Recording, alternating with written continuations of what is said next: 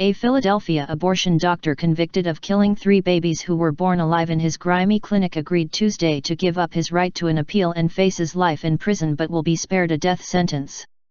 Dr. Kermit Gosnell, 72, was convicted Monday of first-degree murder in the deaths of the babies who were delivered alive and killed with scissors.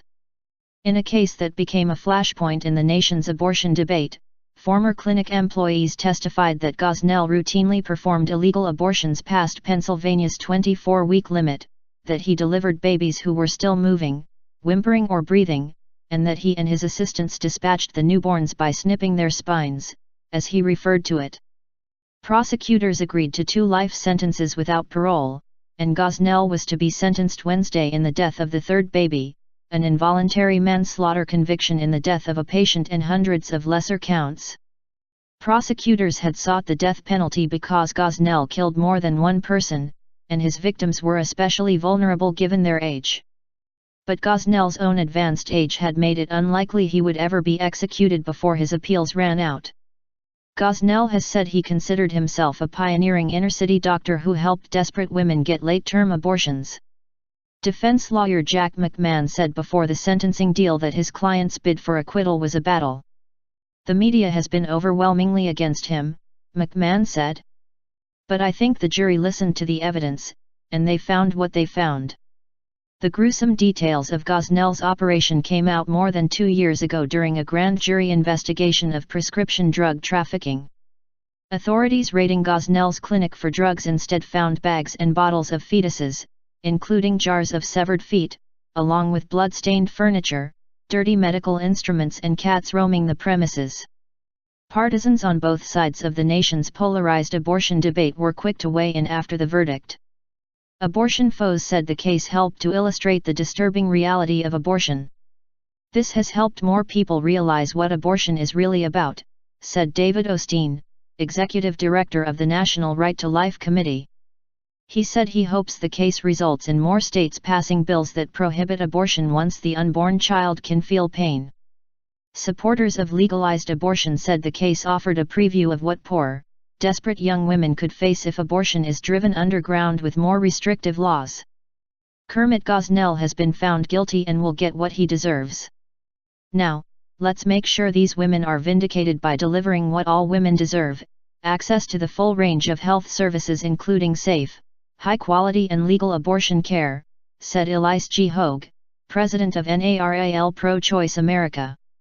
Pennsylvania authorities had failed to conduct routine inspections of all its abortion clinics for 15 years by the time Gosnell's facility was raided. In the scandal's aftermath, 2 top state health officials were fired, and Pennsylvania imposed tougher rules for clinics. During the trial, Gosnell proved a solitary figure from beginning to end, with no friends or relatives in the courtroom, despite the fact he's been married 3 times and has 6 children, nearly all of them adults.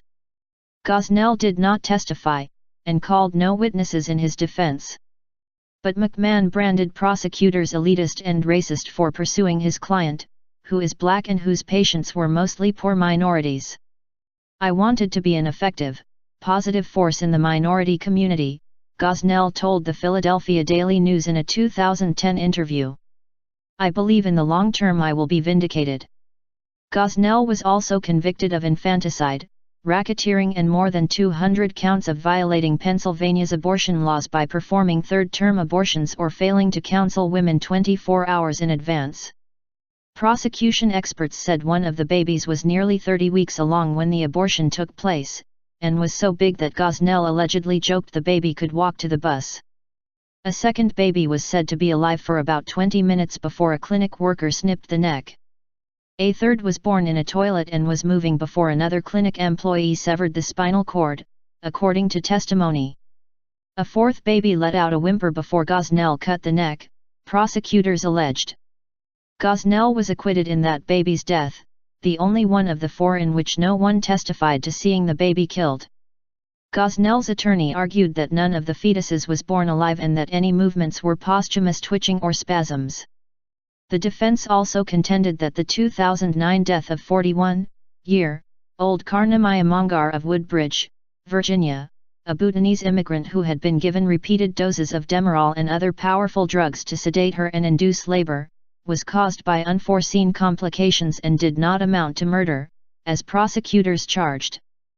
Bernard Smalley, a lawyer for the woman's family, said he now hopes to bring some sense of justice and quiet to this family.